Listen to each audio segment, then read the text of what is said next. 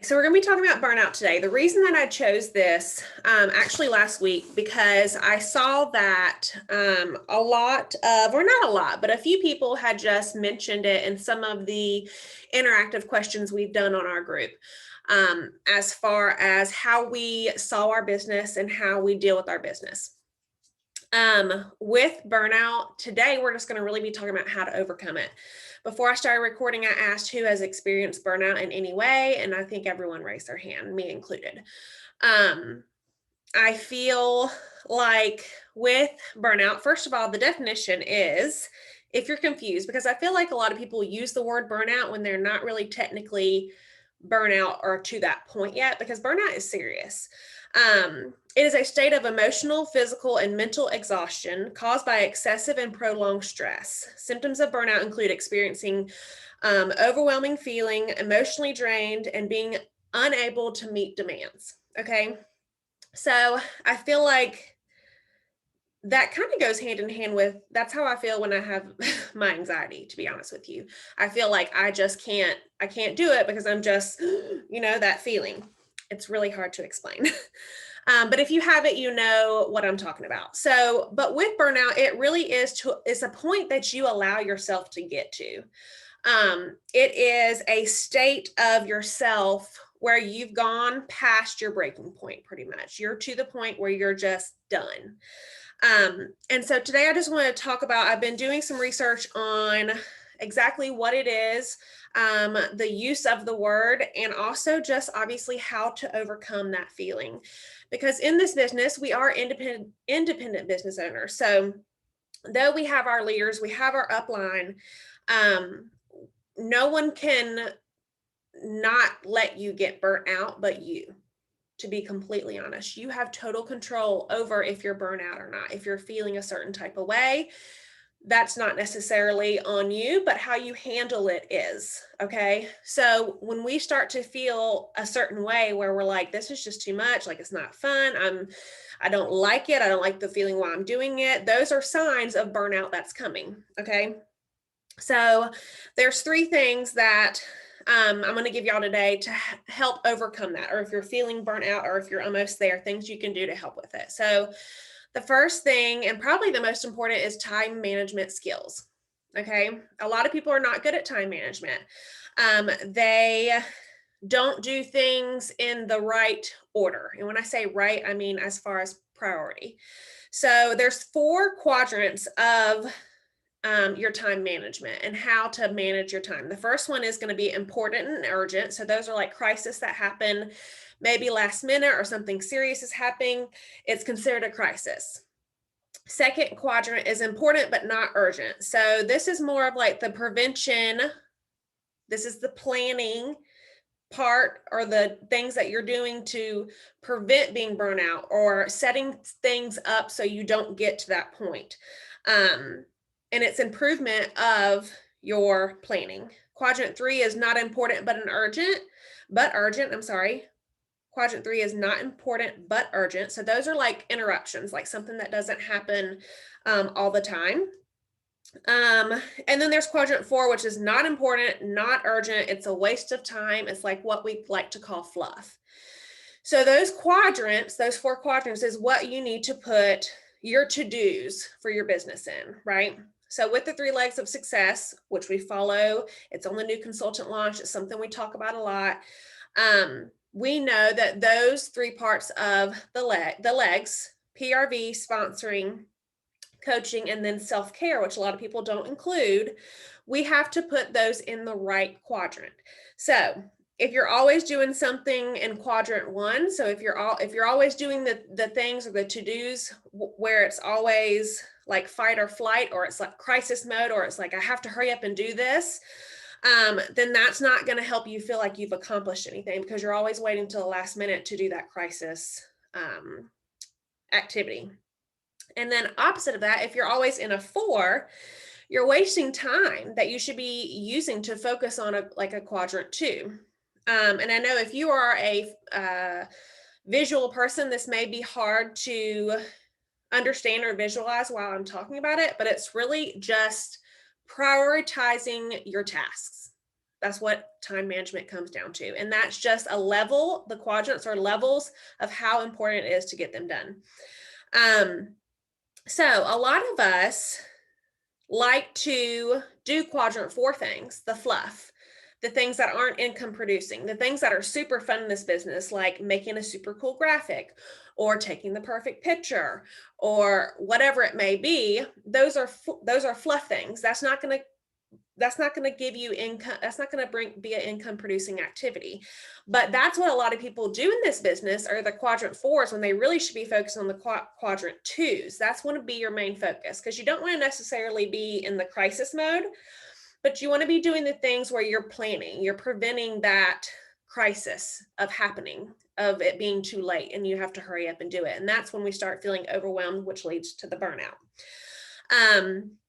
So things that we focus on in quadrant 2 are the income producing activities, booking parties, having joint conversations, anything that are on the 3 legs of success, pretty much. Those are our quadrant 2 things. We don't want those things to be in a quadrant 1, because then it's too late. You should have already done those things. Okay.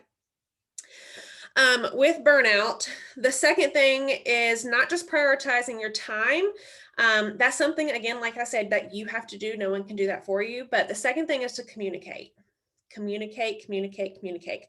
Make friends and make the time that you're doing your business a positive time. If you come into this business and you're not using the groups that you're a part of or the resources that you're given, and you're not making friendships, you're not trying to make the process fun or easier for yourself, then you're going to lead to burnout quicker. If you're just worried about being at the top or being on the shout out or whatever it may be, when you're focused on the wrong things, you're going to get in a burnout sense, because there's no reason why you're doing it. You don't enjoy being in people's presence that you're working with. You don't enjoy watching or learning, but making friends and communicating how you feel with your sponsor, with your director, your star director, your superstar director.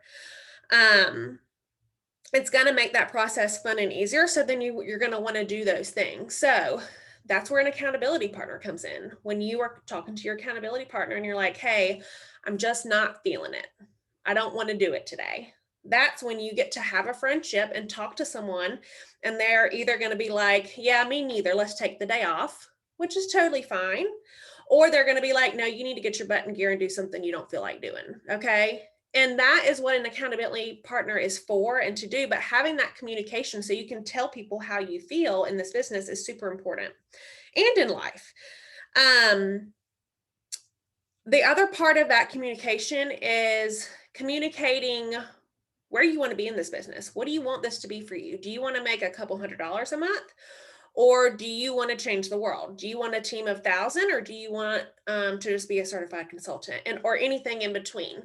That communication with your sponsor, with your team, with your director is super important, because when you have to think, when leaders post to their team pages, they're talking to a broad group of people, right? With Simply Grace and Grit, we have so many different levels of where they are in their business, that when I post something, it may not be necessarily for you, right? If you're not going to take this business super serious and you're not trying to build your team, then you're not going to go into a sponsoring challenge or watch a training on sponsoring, because you're not interested in sponsoring, right? You have to be honest with yourself. If you're saying that you don't want to do those things, you just want to be a consultant, this is an example, but then you feel the need that you have to be on a sponsoring training or a sponsoring call, that's going to lead to burnout, because that's not what you want in the long run. Okay. And it's going to make people feel that feeling of not being able to meet demands at work. That part of the definition is exactly where that comes from, where someone is giving you things to do, right? You get to choose if you want to do it or not. But if sponsoring is not something that you want to do, then you don't need to meet that demand. Okay. But if you're trying to meet that demand, but you don't really want to, that's when burnout comes in, because, and I don't even say really want to, but if that's not your goal, or that's not in your path of this business, you're going to feel resentful towards your business, because you're going to be doing things that you don't really, your heart's not in it. Okay. So telling your upline what you feel and how you feel about your business is super important.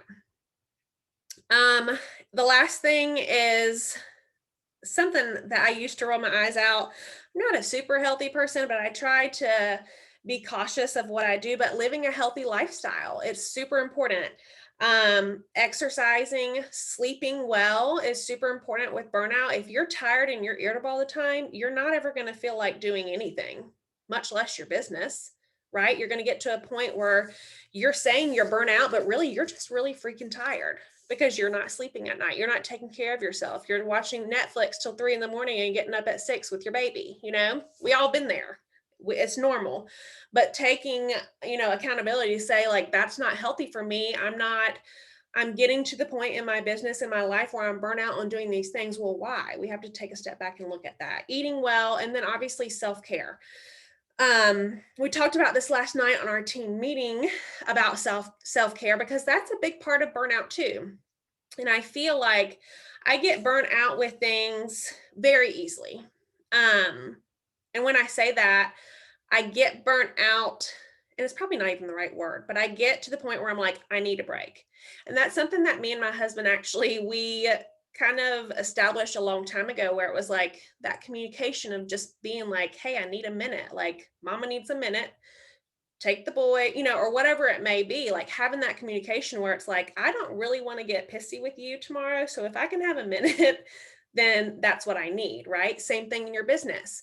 It is up to you to be like, you know what? I've worked my ass off Monday through Thursday. I'm going to take Friday off.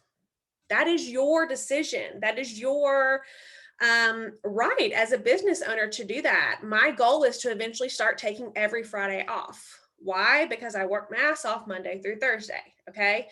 And I know that I like to be off on Fridays. I like to have the one day where I'm just doing me and the boys are home and we can spend time together. We can go do things. But I can do those things. That's self-care to me, to take the day off of work, to be able to focus my energy on things that I know I need to focus on. Um, that self-care, like we said last night, is not necessarily going to get your nails done or spending lots of money on clothes, or maybe it is, I don't know, but it doesn't have to be. It can literally just be saying, I need to go sit in the driveway of my car for a minute. I need a minute to breathe.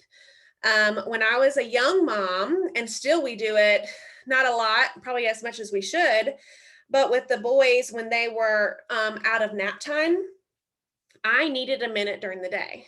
I'm really good with like by myself, thoughts by myself, and I just need that time to myself. So we implemented quiet time in our house. That is 1 hour where the boys go to their room, they play quietly, they read, they can play Legos, but their doors are shut. They're by themselves, so they get a minute. And then I get an hour to myself to do what I need to do without the kids. I did that, and that is a form of self-care for me. Same thing when Eric's gone. That quiet time was definitely implemented with coronavirus and then being home every day. Not so much anymore, just because we have a crazy schedule with school, but that's a form of my self-care that I knew that like I needed that. I needed that time, and it's not something that is going to hurt anybody, right? Or it was good for them too, because on the days that they would be fighting a lot, they would go to quiet time, and then everyone would come out a lot happier because they had a minute to themselves. um that is a free self-care, just an example. So with being burnout, I do want to say, like we said at the beginning, it's totally normal. One, like if you're not getting burnout, you're probably not that focused on your business, which is okay too. But if you really want big things in this business, but you keep going to the point of feeling burnout, it really needs to be a self-reflection where you're like, okay, but why am I burnout? Am I really burnout, or am I feeling like something else? Am I not feeling like I'm getting enough done? Am I not promoting fast enough? Am I not getting the sales I want to get? A lot of times when someone says they're burnt out on stuff, is because they've tried everything. They're to the point of exhaustion with trying one thing to get their end result. Okay. So it really is a self-reflection thing. But hopefully that was helpful to y'all. There's a lot of things that you can look up. And that's the biggest thing, is to have that time where you're trying to figure out, why do I feel this way? And how do I prevent it from happening again? Because if you're feeling burnout every single week, then that's something that's probably an issue. I mean, let's be honest. If you're feeling burnout every few months, or you're to the point of a burnout where you want to quit your business, that's when you need to step back and say, why? Why am I feeling this way? Um, and talking to someone about it, and make sure that you're taking care of yourself. You can't expect to come in here and boss out all the things with our business, and boss out all the things with your kids, and boss out all the things with your full-time job, and be up here all the time, every day. It's not normal. I don't know what normal is, but that's not normal. People have down times, but it's how you react and how you deal with it that's going to set you apart from the rest. So I'm going to stop recording.